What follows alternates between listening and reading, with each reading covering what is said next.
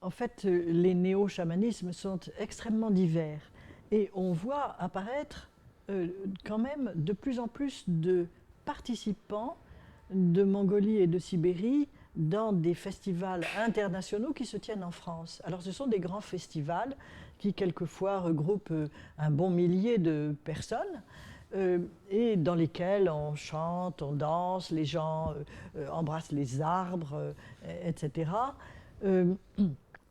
Ils ont certains ont des tambours, d'autres pas, se mettent des choses dans les cheveux. Ils essayent, ou ils essayaient au départ, parce que Michael Harner avait lancé ça, il fallait trouver son animal de pouvoir. Alors, il y a encore des gens qui essayent d'avoir son animal de pouvoir, mais la terminologie a changé et l'esprit des choses aussi a changé. On n'a plus, et ça se marque en Sibérie aussi, parce que l'influence de ce qui se passe en Occident est tout à fait considérable là-bas. Les gens se sont dit, mais c'est formidable, on va reprendre ça. Et alors, ce qui est remarquable, c'est que ce sont quand même les gens les plus éduqués qui se mettent chamans aujourd'hui. Ils ont des thèses. Hein. C'est un thésard en littérature, un thésard en ethnologie, qu'est-ce qu'il va faire? Il va se mettre chaman, parce qu'il a accès à toutes les littératures d'autrefois, et il va essayer de l'appliquer, de reconstituer des rituels. Donc, ce sont évidemment des reconstitutions. Au bout de 70 ans de communisme, on sait bien que ces rituels n'ont plus été pratiqués. Ils avaient déjà été très modifiés par l'orthodoxie, par la conversion à l'orthodoxie. Et donc ça n'a plus grand-chose à voir. Mais ils reproduisent un certain nombre de choses d'après les textes du XIXe siècle.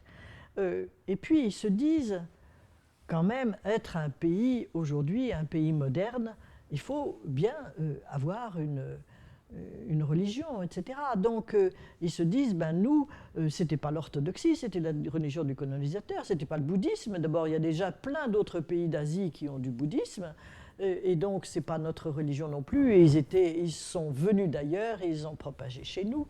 Donc, qu'est-ce qui nous reste? Le chamanisme.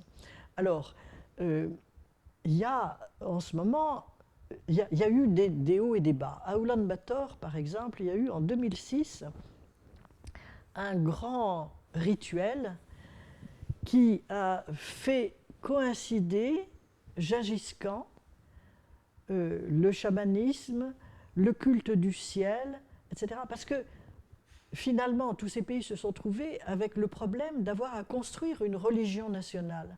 Ce n'est pas du tout évident de construire une religion nationale ou de choisir une religion nationale. Alors, il se trouve que les Mongols, ils avaient Gengis Khan, et ça c'était formidable, c'était un personnage historique connu dans le monde entier, qui avait conquis le plus grand empire de tous les temps. Et voilà qu'il y avait un missionnaire américain, je crois, Gibson, qui avait fait une traduction de la Bible en mongol, toute nouvelle, après le changement de régime, et il avait traduit Dieu par maître de l'univers. Justement, il avait utilisé le terme Etzen, maître de l'univers.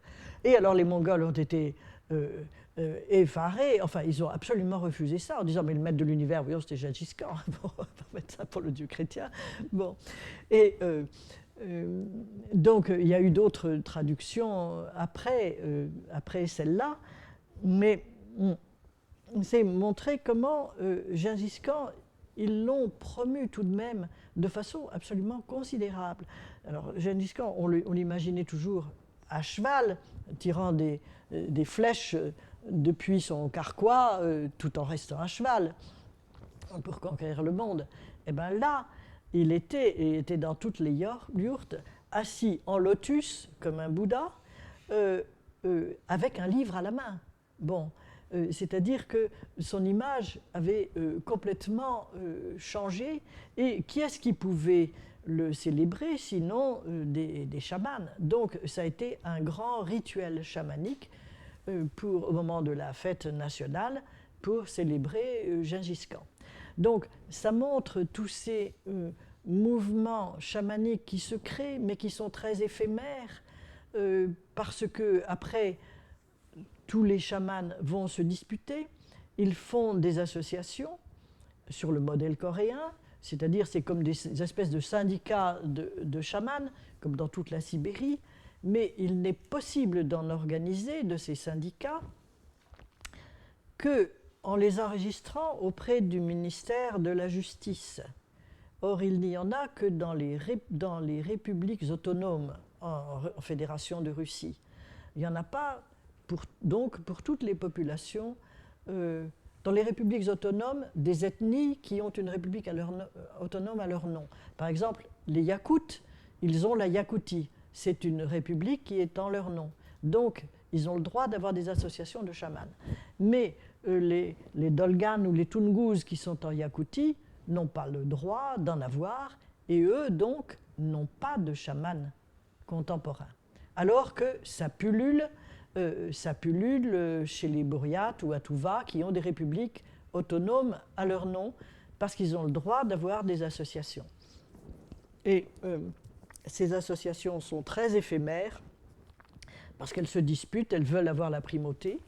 Elles accueillent donc des groupes de touristes occidentaux. On a forgé le terme de tourisme chamanique pour les qualifier. Ce sont des gens qui viennent chercher, disons, l'occasion d'avoir une expression individuelle, parce que tout le monde va s'exprimer, disons, avoir l'impression d'avoir une vie spirituelle. Aussi, c'est très très polymorphe et très ambigu. L'innovation est très très bien perçue dans ce cadre. Ils vont, par exemple, imaginer aujourd'hui, ils ingurgitent une gorgée de vodka dans la bouche et puis ils la crachent à la figure de celui qui vient les consulter, par exemple. Bon. Ou alors, ils leur donnent des coups de fouet sur le dos. Ça n'existait jamais autrefois. Donc, ça invente vraiment de partout.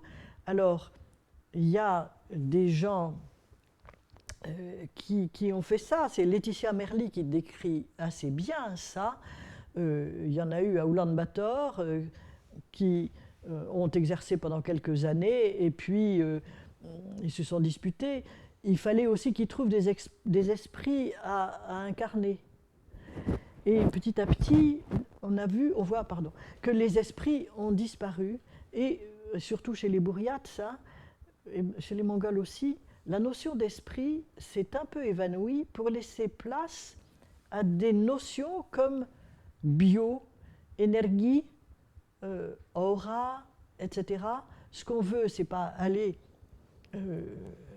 rencontrer des esprits, mais avoir une certaine énergie ou des choses comme ça. Alors là, donc, ces chamans-là ont surtout des clients russes, mais aussi autrichiens, italiens. Il y a comme ça une chamane bouriate qui vient régulièrement en Italie. Il y en a aussi... l'année dernière, j'ai vu une chamane bouriate qui voulait s'installer en France, qui a des clients français, comme ça. Bon, il y a un petit peu de tout, mais ils ne font pas quelque chose qui est alors ce qui est tout à fait étonnant, c'est qu'il n'y a pas du tout de chamanisme à la manière coréenne, par exemple. Chez les Coréens, on va voir un chaman pour que ça marche. Enfin, c'est-à-dire, si on est commerçant au bazar, si on joue en bourse, si on fait des affaires, on va pour que ça marche. Parce que c'est finalement toujours ça l'objet. On veut avoir de la chance, on veut que ça marche, que ça soit des affaires, que ça soit en amour, que ça soit aux examens, que ça soit aux élections. Il faut que ça marche. Et donc, en Corée, je me souviens quand même, s'il y avait eu une seule fois, c'était en Hollande, une pub pour un centre de chamans, How to make money with spirits. Bon, il y avait quand même ça qui était proposé, mais c'est la seule fois où je l'ai vu, alors que dans beaucoup de pays d'Asie, c'est quand même absolument fondamental.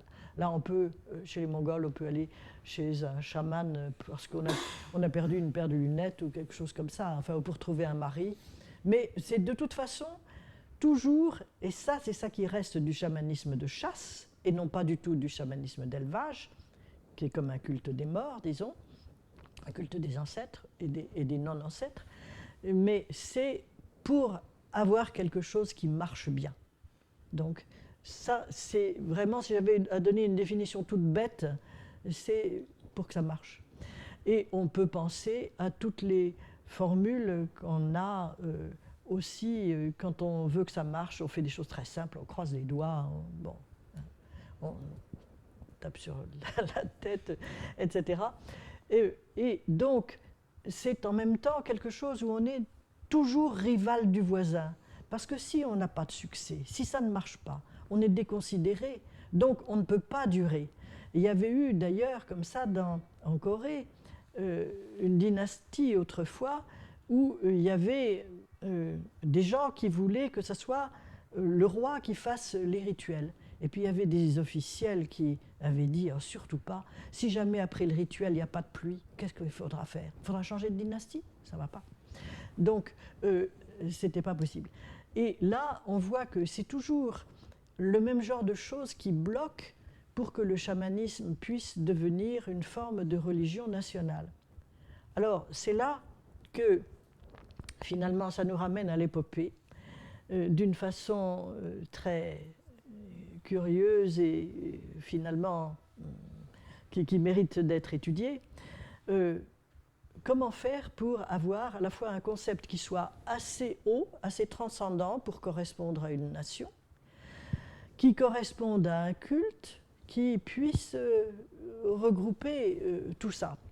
Alors, les Mongols avaient donc Gengis Khan, comme j'ai dit tout à l'heure, mais ça n'a pas duré longtemps. Ce rituel a eu lieu en 2006. Il y a quelques chamans qui essayent encore de dire « moi j'incarne Gengis Khan, je l'appelle, etc. » Mais ça ne marche pas. Les autres disent « c'est pas toi, c'est moi. » Bon.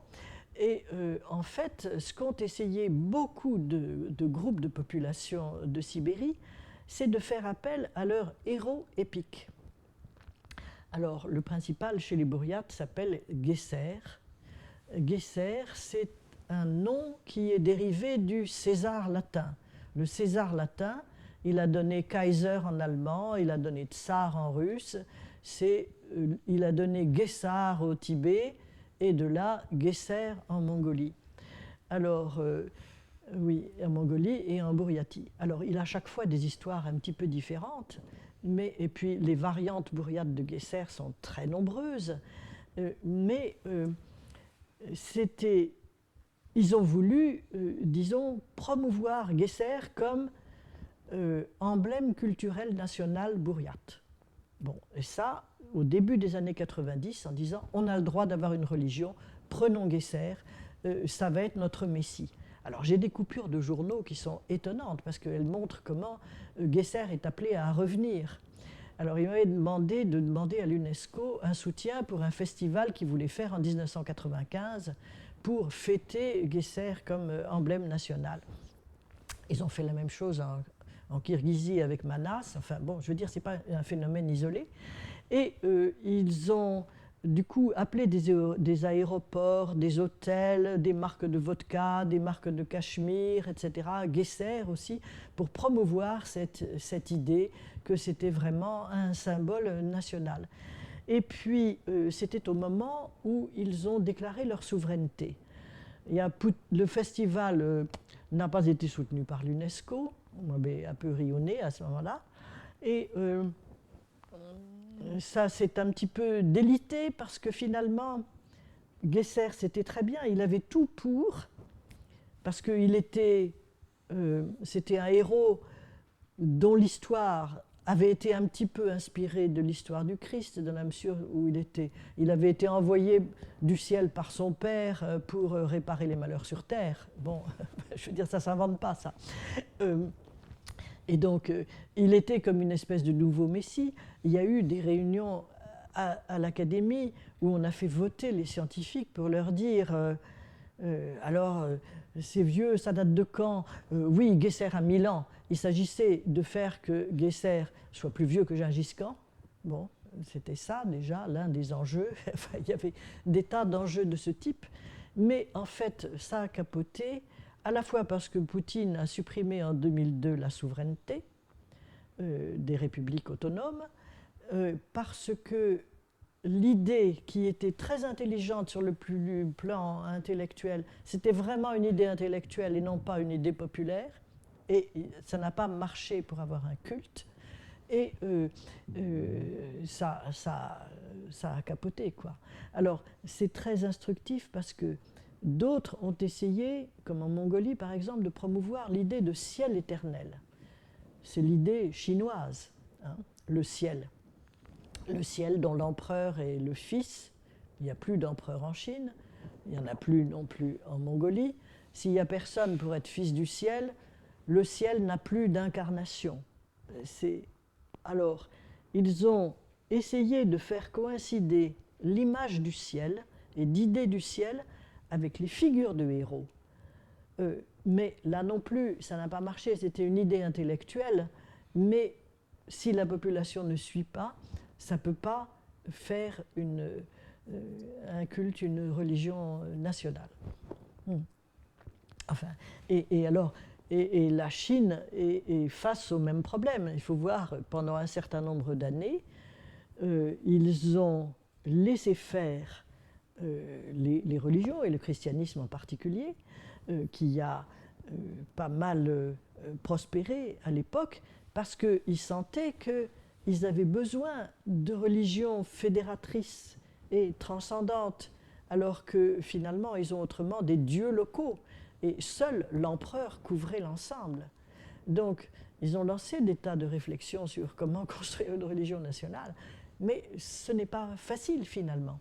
Et s'il n'y a pas un être personnel, à qui va-t-on s'adresser? Moi, ça m'a fait beaucoup réfléchir sur la question de est-ce qu'on peut croire à une idée abstraite? En Chine, il y a le Tao, qui est une idée abstraite, c'est un principe. Est-ce qu'on peut avoir la mobilisation de l'affectivité pour une idée abstraite? Pas vraiment. Donc, c'est vraiment un thème qui n'est pas fini, ça, mais voilà. Et ça, on est un peu loin du chamanisme. Ah oui. Alors, pour en revenir au chamanisme, alors, oui, j'ai fini par faire un petit bouquin, qui est le bouquin qui s'appelle Le chamanisme. J'aurais voulu le mettre au pluriel, et appeler simplement chamanisme avec un S, en disant il y a tellement de formes, mais bon, c'est l'éditeur qui a des droits sur la couverture, et c'est pas l'auteur. Bon. Et ils m'ont demandé de faire un petit bouquin qui résume un petit peu l'ensemble. Alors, d'abord, c'était très difficile parce que, bon, il y a vraiment beaucoup de choses à dire, mais c'est là que l'éditeur avait un modèle absolument fantastique. 3 écritures par page, 3 titres, des changements de registre, changements de niveau, des encadrés, etc. Quelque chose d'horriblement contraignant en apparence, et en fait une aide considérable. J'ai pu le faire grâce à ce modèle, et je dirais que si on a à faire quelque chose de synthétique, il faut vraiment s'inspirer de ce qu'ils ont fait. Parce que là, j'ai pu faire une espèce de traversée que je n'aurais jamais pu faire avec ma méthode ancienne, disons. Alors, ce petit bouquin est venu, je me suis dit que finalement, dans tout le travail éditorial qui avait été fait avec les gens qui écrivaient pour la revue des études mongoles et sibériennes, je regrettais de ne pas avoir, c'est paru en 2015 ça, de ne pas avoir connu ça plus tôt, parce que c'est vraiment une aide pour présenter les choses de façon synthétique et simple. Bon, mais en fait, on a eu beaucoup de travaux sur le chamanisme dans la revue des études mongoles et sibériennes et dans la collection qu'on a créé ensuite et qui s'appelle Nord-Asie, parce qu'à partir du numéro 40, on n'a plus publié la revue qu'en ligne, et justement on a réservé le papier à des collections de monographies qui étaient pour la plupart des thèses d'étudiants et qui sont sorties donc sous forme de livres. On est au numéro 7 qui va sortir, et ça s'appellera La Sibérie comme paradis. Mais il y avait le numéro 2, le volume 2 de Nord-Asie, qui était consacré au chamanisme justement. C'est l'ouvrage de Laetitia Merli qui s'intitule « De l'ombre à la lumière, de l'individu à la nation ». Et c'était un excellent titre, parce que de l'ombre à la lumière, c'est comment le chamanisme qui était clandestin, qui s'est maintenu dans la clandestinité, et encore tant bien que mal finalement, on en a tous connu à l'époque probablement, mais on ne l'a jamais su, et eux-mêmes ne l'auraient jamais avoué, disons. Et tout d'un coup, voilà qu'ils apparaissent, donc après le changement de régime et tout le battage fait par Michael Harner, ils apparaissent en pleine lumière et puis ils sont demandés par les étrangers. Et de l'individu à la nation, c'est vrai que c'était des choses très individuelles ou tout au moins privées, et c'est elle qui a vu donc ce grand rituel en 2006 lié à Gengis Khan. Donc c'était vraiment de l'individu à la nation. Alors, elle montre la trajectoire de 7 ou 8 chamans qui ont essayé, qui sont soit des hommes, soit des femmes d'ailleurs, et sa conclusion, c'est que c'est finalement la chamane qu'elle a connue chez le groupe d'éleveurs de rennes du Nord-Ouest, les Tsatan, qui a peut-être le plus d'avenir, mais après, elle a fait un film sur cette femme qui avait extrêmement bien réussi, parce qu'elle avait beaucoup de monde qui venait la voir, de toutes sortes. Et après, elle faisait payer aux étrangers $1 la photo. Enfin bon, ça devenait ça. Mais elle a eu ses petits-enfants qui sont tombés malades, je ne sais pas quoi. Alors elle s'est dit, mon Dieu, là j'ai abusé. Il y a toujours cette idée de retour, c'est qu'il faut payer pour les chances qu'on a, disons. Et elle s'est dit, et donc elle a arrêté. Il y en a d'autres qui ont essayé de reprendre. Voilà. Mais autrement, on a d'autres numéros sur le chamanisme, à peu près depuis le départ. D'abord parce qu'on a été chargé, Laurence Delaby et moi, par Madame Lotte-Falck, quand elle est un peu avant sa mort, elle nous a légué ces données pour qu'on les publie. Donc on a publié 3 articles d'elle. Et puis ensuite, il y a eu d'autres numéros de colloques, il y a eu choses comme ça. Mais disons, ce qui m'est toujours apparu entre les chamanismes, les formes chamaniques d'origine, quoi, et puis les formes nouvelles, c'est qu'on était passé de quelque chose de collectif et de central dans la société, qui valait pour toute la communauté, parce que le chaman, il agit en tant que représentant de sa communauté, à des formes très individuelles où chacun ne représente plus que lui-même et fait ses petites affaires, choisit ses petits esprits, etc. Et voilà, c'était aussi quelque chose qui était en germe finalement dans un des premiers ouvrages collectifs qui avait été consacré à ça. Il y a eu 2 volumes sur le chamanisme qui s'appelaient Voyages chamaniques. Le premier était un hommage à Madame Falck, à Madame Lotte-Falck, et le second était le résultat d'un colloque aussi en 82. Et je me souviens d'avoir intitulé l'introduction « Des chamans au chamanisme », en disant c'est pas les chamans qui font le chamanisme, c'est plutôt quand il y a un contexte qui fait place au chamanisme ou qui demande le chamanisme dans la société, alors il y a des individus qui se mettent chamans. Mais finalement, c'est là probablement toute l'erreur des néo-chamanismes, c'est de penser que des chamans individuels peuvent entraîner un mouvement. Non. Et d'ailleurs, ils ne prétendent pas être chamans ni gourous, ils prétendent chamaniser. Et c'est plutôt embêtant d'ailleurs un peu partout quand ils prétendent être gourous, parce que finalement c'est quelque chose qui va avec l'individualisme, avec l'envie de faire sa petite spiritualité à soi, qui est très courante en ce moment. Et je crois qu'il ne faut pas nier quand même l'affectivité et, disons, l'impact psychologique de ces mesures-là. Y croire, ça aide à le faire. Bon. Et c'est pour ça, y croire, en rêver, et ensuite le faire, c'est ça qu'il faut.